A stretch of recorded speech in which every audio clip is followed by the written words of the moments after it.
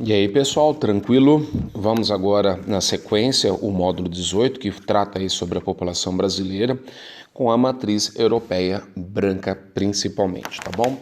Primeira coisa que nós temos que observar é que a concentração daqueles que se declaram como brancos no Brasil encontra-se na região dos estados de Minas Gerais, São Paulo, Rio de Janeiro, Espírito Santo e os 3 estados do sul do Brasil, tá bom? Professor, existem brancos vivendo em outras regiões do Brasil? É claro que sim, mas a concentração deles é bem menor, tá? E a proporção deles nessa região sudeste e sul, nós vamos entender mais à frente, tá bom? Na sequência, o que nós precisamos lembrar? Que os brancos são os nossos colonizadores. E quando nós falamos desses brancos, nós temos que destacar um deles, que são os portugueses. Concordam comigo? Então, vamos lembrar que a gente discutiu durante as nossas aulas, né? Essa chegada aí dos brancos europeus no território brasileiro em abril de 1500. Aqui uma pequena representação, né, do que imaginam ter sido, né, lembrando que isso aqui é apenas uma obra, dessa chegada, né, desses portugueses pelo litoral brasileiro, entrando em contato com os povos nativos. O que a gente precisa também lembrar é que esses portugueses tiveram, né, um sistema de exploração do nosso território e as populações locais foram praticamente, né, exploradas no sentido de que trabalhassem para esses portugueses, para que levantassem as suas riquezas, que apresentassem então aquilo que eles tinham de mais valioso, e assim houve uma interação no primeiro momento, digamos, não muito positiva, em função dessa violência, dessa exploração da mão de obra nativa que nós tínhamos aqui, né? Mas era uma tradição portuguesa, mesmo porque eles eram grandes navegadores e por onde eles passavam, o desejo deles era de tratar sobre negócios, né? Mesmo que isso tivesse que ser de uma maneira não muito, digamos, honesta. E aí, a partir daí, a história nos conta que esses portugueses exploravam então suas terras e colonizavam então esses nativos, se apropriando então desses recursos, tá? E aqui nós temos um mapa que mostra um pouco sobre isso, onde cada uma das regiões existia, querendo ou não, uma atividade econômica que era importante. Aqui uma espécie, né, muito famosa no nosso país, que é o pau-brasil, que é a árvore que dá origem então ao nome do nosso país. Lembrando que a palavra Brasil vem de brasa, que lembra, né, algo incandescente, vermelho, madeira vermelha, e portanto o Brasil se chama Brasil em função dessa árvore, que era algo extremamente abundante aqui no nosso país, tá bom?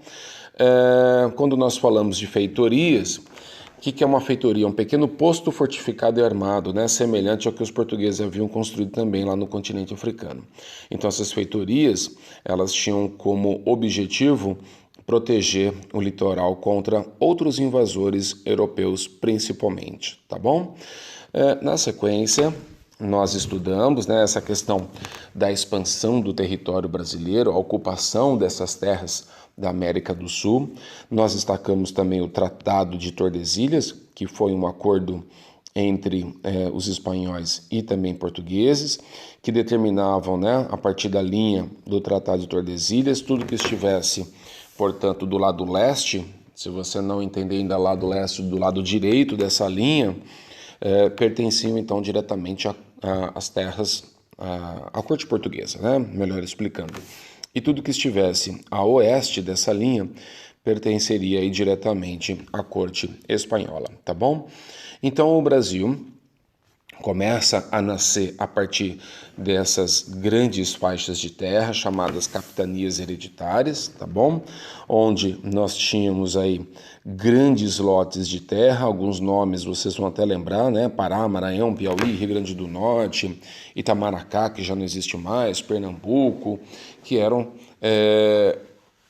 grandes propriedades de terra, onde recebiam investimentos, né, do setor, vamos dizer assim, com palavras de hoje, o setor público e também do setor privado português, que tinham como objetivo ocupar essas terras, conhecer essas terras e fazer com que elas produzissem riquezas, tá? Seja por meio das atividades agrícolas ou até mesmo da pecuária, ou até mesmo da exploração de recursos naturais. E com esse dinheiro, obviamente, a corte portuguesa se beneficiava e conseguia ainda mais, né, expandir a sua influência, o seu poder aí pelo mundo, tá? E obviamente aqui no nosso país. Hoje, né, chamado de Brasil, mas naquela época a colônia portuguesa. E aí você vai perceber que algumas cidades nasceram justamente nesse momento. Lembrando que, por conta, né, dessa grande dimensão de terras, a área mais bem ocupada então pelos portugueses, sem sombra de dúvida, era a região litorânea. Então veja, ó, a cidade de Natal, que é criada em 1599, tá? São Cristóvão, 1590, a cidade de Salvador, 1549, a cidade de Vitória, 1551, Rio de Janeiro, 1565. Olha só que interessante, né? Cananéia, que é a cidade mais antiga, 1531. Depois São Vicente, né, que fica aí na Baixada Santista. Essa cidade ainda existe, 1532. Então, a maior parte dessas cidades começaram com pequenas vilas que recebiam essas embarcações portuguesas, trocavam essas mercadorias, recebiam cada vez mais imigrantes, mais pessoas, e assim ia se desenvolvendo, tá bom? Lembrando que é importante, né, nossa apostila fala bastante sobre isso, dos degradados, né, que eram pessoas, né, que vinham para cá ocupar aí o nosso país. Então você imagina que o governo português pegava aí algumas pessoas, né, degradadas, vamos pensar, e traziam para o nosso país para poder ocupar as nossas terras. Um outro fato importante é a gente destacar a questão da miscigenação que houve entre os homens brancos, e a gente destaca apenas os homens e não as mulheres, tá, de origem portuguesa, que se envolviam basicamente com as mulheres indígenas. E a partir então desse relacionamento, as primeiras brasileiras e brasileiros começam a nascer, tá? E por que a gente fala primeiro brasileiro ou brasileira? Porque o nativo já era dessas terras, né? Que inclusive não eram chamadas de Brasil. E depois nós tínhamos, por exemplo, os portugueses. Então nenhum deles era brasileiro. Então, fruto desse novo país que se iniciava naquela ocasião, eram apenas os filhos entre as índias e os portugueses, que nós vamos entender aí como os mestiços, tá bom? É importante frisar que geralmente os índios tinham uma certa relação com esses homens brancos, esses portugueses, e era comum, por exemplo, que um português tivesse várias índias, né?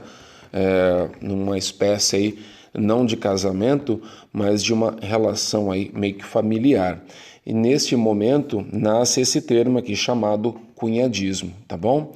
Esse laço então de parentesco entre os portugueses com as mulheres índias gerava então essa relação chamada de cunhadismo, tá bom? Os portugueses então se relacionam com esses índios, aprendem então o seu dialeto, aprendem a caminhar pelas terras aqui da América do Sul e passam a desenvolver uma certa relação, em alguns momentos de certa amizade, em outras, né, nem tanto, que levava até a exterminação desses povos nativos por parte dos portugueses. Outro fato importante é a gente lembrar da expansão geográfica que os portugueses conseguiram determinar. Olha só, quando a gente observa, por exemplo, as nossas capitanias hereditárias, nós vamos perceber que o tamanho do Brasil era menor do que nós temos hoje.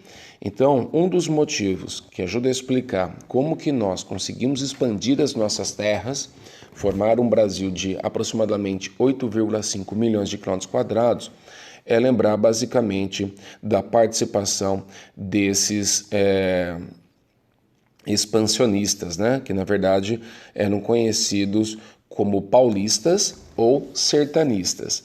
Vamos lembrar que esses bandeirantes, né? Essa aqui é uma representação artística, não tinham essa aparência, não tinham essa roupa e não eram até mesmo considerados heróis. Isso aí foi construído pela própria história, né? Diga-se passagem. Mas o que eles conseguiram determinar para nós e influenciar, nós não podemos negar. Por exemplo, a abertura e o mapeamento, né, dos caminhos aqui do nosso território brasileiro, tá bom? Que mais tarde virariam, por exemplo, grandes estradas, que até hoje nós temos. Marechal Rondon, essa que passa aqui por Bauru, é uma delas, para que você tenha noção disso, tá bom? O alargamento das fronteiras, aumentando aí, né, o nosso espaço e desprezando muitas vezes o próprio Tratado de Tordesilhas. Isso foi também um feito desses bandeirantes. A fundação de vilas, né, muitas pelas quais se transformaram em cidades. Então veja que a maior parte dessas vilas do interior foram criadas por esses sertanistas, esses bandeirantes. E por fim, a gente precisa lembrar, né, da descoberta aí de várias riquezas naturais que foram desenvolvidas por eles.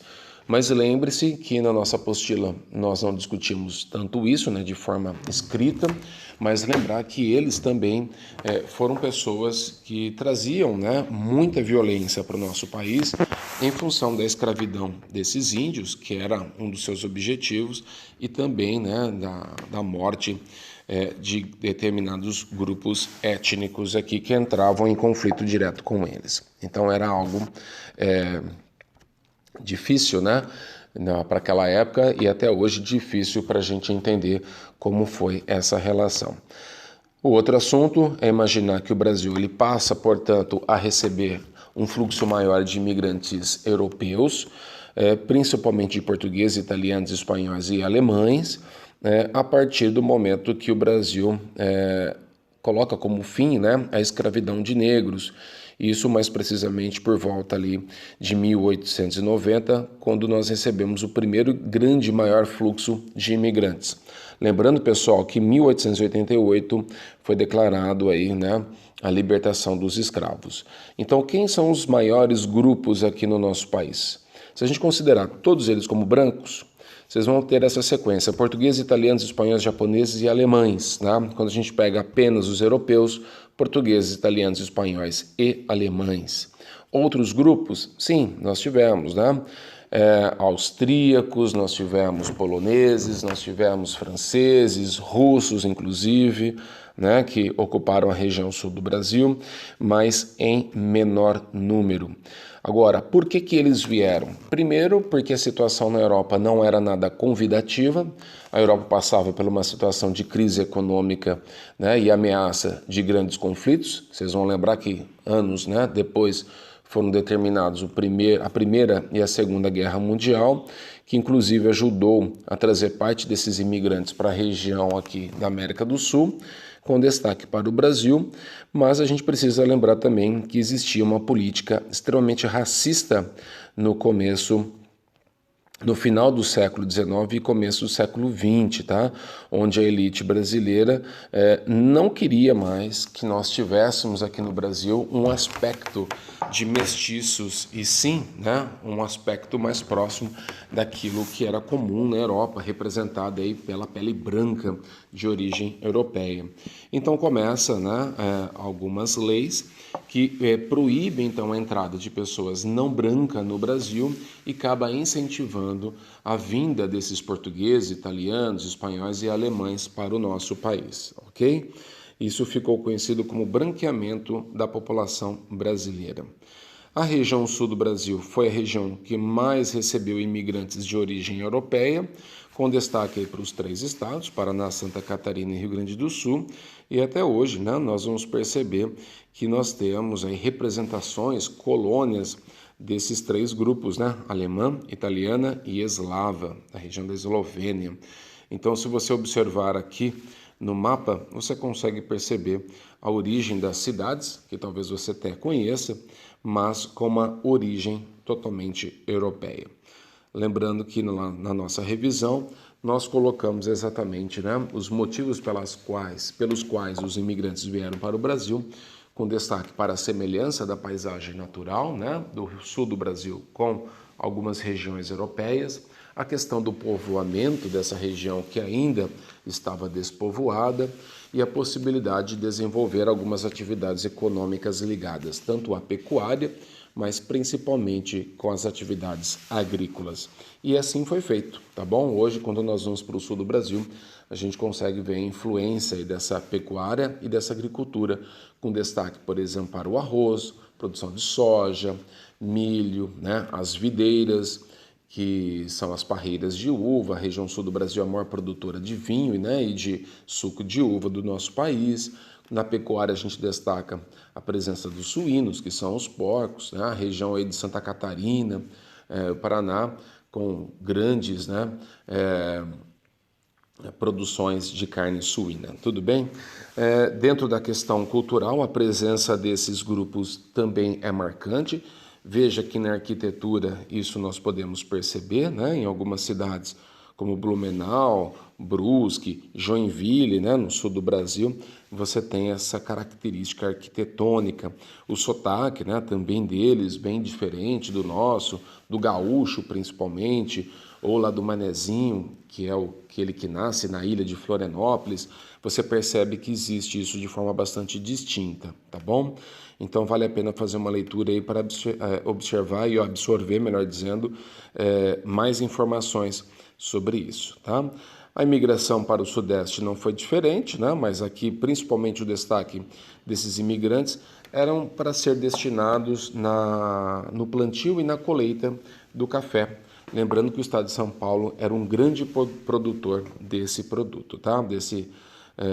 Dessa bebida aí tão importante não só aqui no nosso país, mas para o mundo inteiro, que naquela época era super exportada. Beleza, pessoal? Então, faça a sua leitura.